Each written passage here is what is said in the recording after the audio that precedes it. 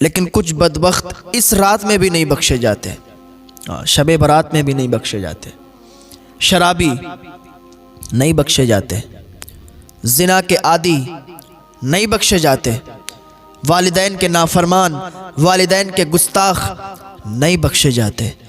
میرے بھائیوں، آج ہی توبہ کر لو، آج ہی سچی توبہ کر لو اور اللہ کے حضور حاضر ہو جاؤ۔ آج توبہ کر لو گے، اللہ تمہیں معاف فرمانے والا ہے، معاف فرما دے گا اپنی رحیمی کریمی کے صدقے۔ آج کی یہ رات بڑی بابرکت ہے، شب برات۔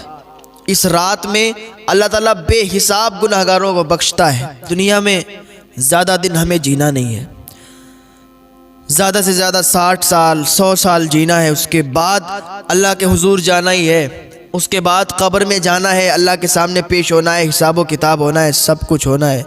تو ابھی آ جائیں اللہ کی بارگاہ میں، یہ مبارک رات ہے، اس رات میں آپ توبہ کر لیں گے، اللہ آپ کو معاف فرمانے والا ہے، معاف فرما دے گا۔ اور شب برات میں کچھ عمل ہیں وہ کریں تو ان سے آپ کو بہت زیادہ ثواب حاصل ہوگا۔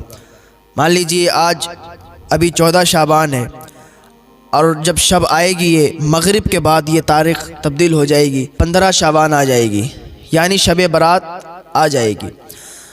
تو مغرب کے بعد سب سے پہلا جو آپ کو عمل کرنا ہے وہ یہ کرنا ہے کہ بیری کے 7 پتے لینا ہے، اور ان 7 پتوں کو پیسنا ہے سل وغیرہ پہ یا کسی چیز سے، مکسر سے پیسنا ہے، پیس کے اور اس کو کسی برتن میں آپ کو ڈال دینا ہے۔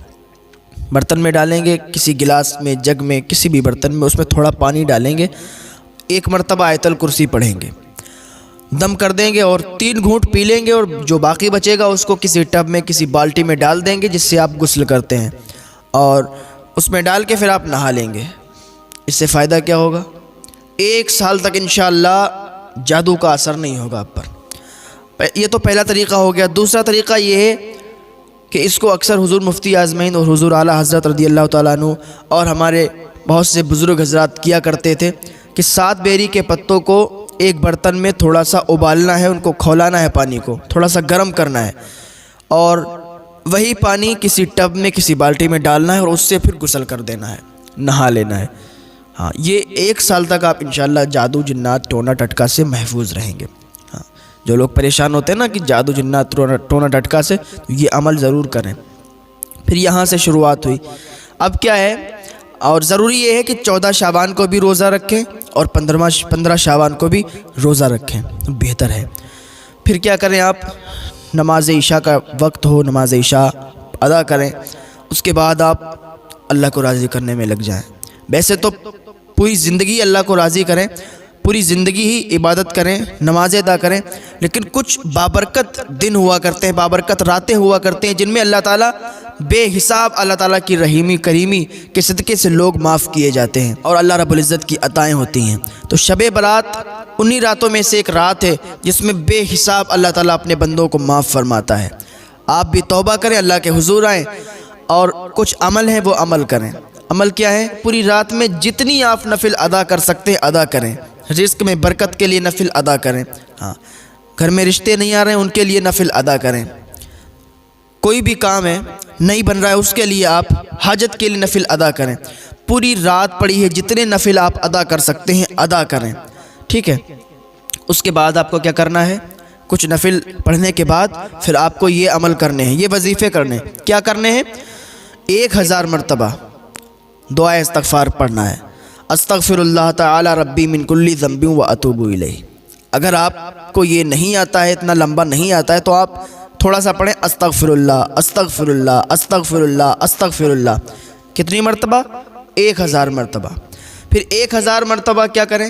یہ تو اپنے گناہوں سے اپنے دل کو صاف کرنے کے لیے آپ نے 1000 مرتبہ پڑھا، اور زیادہ اگر آپ پڑھ سکتے ہیں تو زیادہ پڑھ لیں، آپ کا ہی فائدہ ہے۔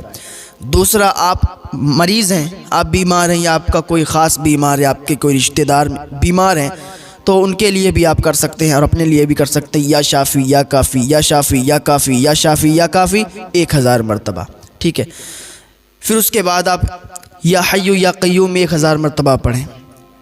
اس کے بعد ایک عمل کریں، افحسبتم انما خلقناکم عبثا، یہ آپ 1000 مرتبہ پڑھیں۔ اس کے بعد رزق میں خیر و برکت کے لیے، لوگ پریشان ہوتے ہیں نا کہ رزق میں برکت نہیں ہوتی ہے، گھر میں پیسہ آتا ہے رکتا نہیں ہے، تو اس کے لیے آپ 1000 مرتبہ یا غنی یا مغنی یا واسطو یا رزاق، یا غنی یا مغنی یا واسطو یا رزاق، یہ پڑھیں 1000 مرتبہ۔ یہ مختصر سے وظائف ہیں، عمل ہیں، ان کو آپ کریں، انشاءاللہ بہت زیادہ اس کا آپ کو فائدہ حاصل ہوگا۔ اور پھر اس کے بعد پھر نمازیں پڑھنا شروع کر دیں، نفل پڑھنا شروع کر دیں۔ پھر اگر آپ سونا چاہتے ہیں تو سوئیں تھوڑی دیر کے لیے، اور پھر اٹھے، پھر تہجد ادا کریں۔